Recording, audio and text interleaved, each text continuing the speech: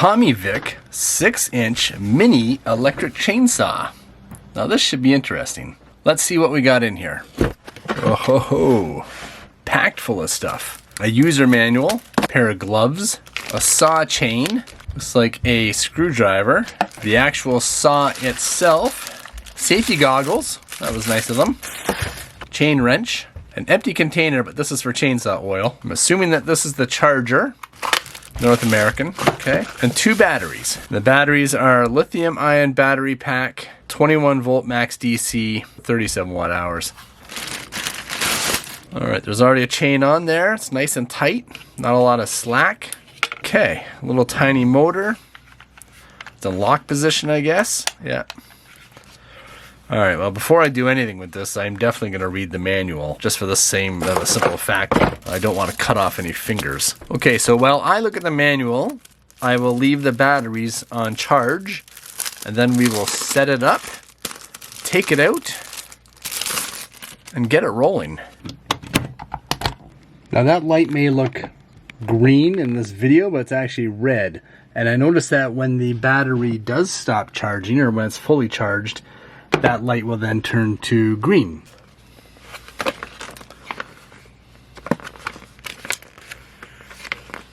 Looks like I need to get some oil.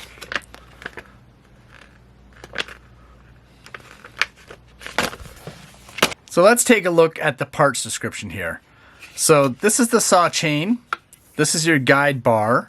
This here is your safety bezel. This is your compression nut. We have the sprocket cover in here. This is a security lock right there. You can't activate the trigger without it. This here is a soft anti-slip grip. Here is where we have your battery and where the battery clips into. And then on the back you can attach a tether if you want to attach this to your belt, say you're walking with it, or you need something just so that you can release it but still not lose it from your body. Now, a couple things I have noticed. They say that this is a safety bezel. Well, it may be fine for keeping anything going down from the top or from anything flying up from it, but it does not actually stop the chainsaw if it pops up, so keep that in mind. It says it's a variable speed, but to be honest, when I activate this, it only seems to have one speed, and when I let go of the trigger, it doesn't actually stop right away. So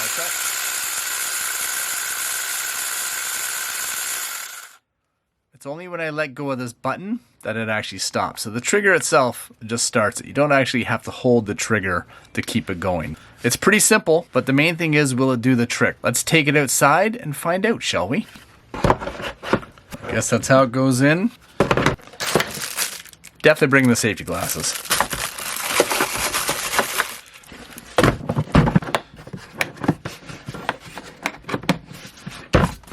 So I'm in the ravine behind my house, and there's all this dead bush here. I'm gonna take out some of this. These are probably about 4.5 to 5 inches. These pieces here, these are smaller too, like these are nothing. But these pieces here, that one there might be about 6 inches. And I think the max on this saw is 5.5 inches, they say, maybe up to 6. But we'll start here and get it rocking and rolling. So let's do it. Okay, safety first, of course. We're putting on the gloves. We're putting on the glasses, which are right here, because the last thing you want to do is get anything in your eyes or in your hands or anywhere. Batteries inserted. Like I said, this is about 5.5 inches. That's about 2. We'll start with this here really quick and see how well it goes. It's a little jumpy, so maybe use 2 hands. Whoa! Look how fast that is.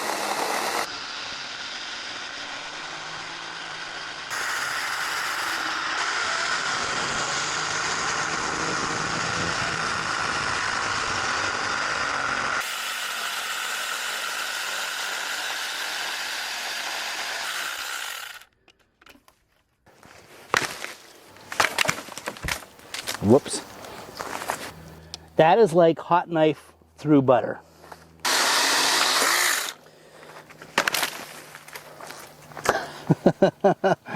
That was ultra impressive. I couldn't believe it. So now, after I've used it a little bit, there's a bit of wear there in the bar. That's to be expected. The chain is a little sloppy down here. So now I'm going to tighten this. Well, I'm going to loosen it, pull the bar out, and then tighten it. That's the plan. Because you don't want the chain to be too loose, because that's how it's going to snap off and can injure you. So that's why they have these directions up here. Read the manual, wear eye protection, wear ear protection. Be careful. Don't set it on fire. Don't get it wet. Don't touch it while it's moving. Don't do something with the battery. And don't try holding it upside down. I guess that's what that means. So just be careful with it. You don't want to hurt yourself. Yeah, I'm pretty impressed with it for what it is. I would not rely on this in a commercial situation. Like, this would not be my daily driver if I was going to use it for any kind of work related to trimming and pulling down trees. But for the price of it, I mean, when you'd go dollar for dollar, you're not going to find a better deal out there. You do get what you pay for, but if you're only going to use it in your backyard and take down small little branches and trees like this is all you're going to need. And it's going to be more than good enough for what you're going to have to use it for. Yeah, I really like it, actually. It's going to come in handy in my arsenal over the next few years as I renovate the house and start building my dream cottage, but that's a whole other story. So that's it. That is my little 5-minute review of this TomyVic portable chainsaw, hedge trimmer, whatever you might want to call it.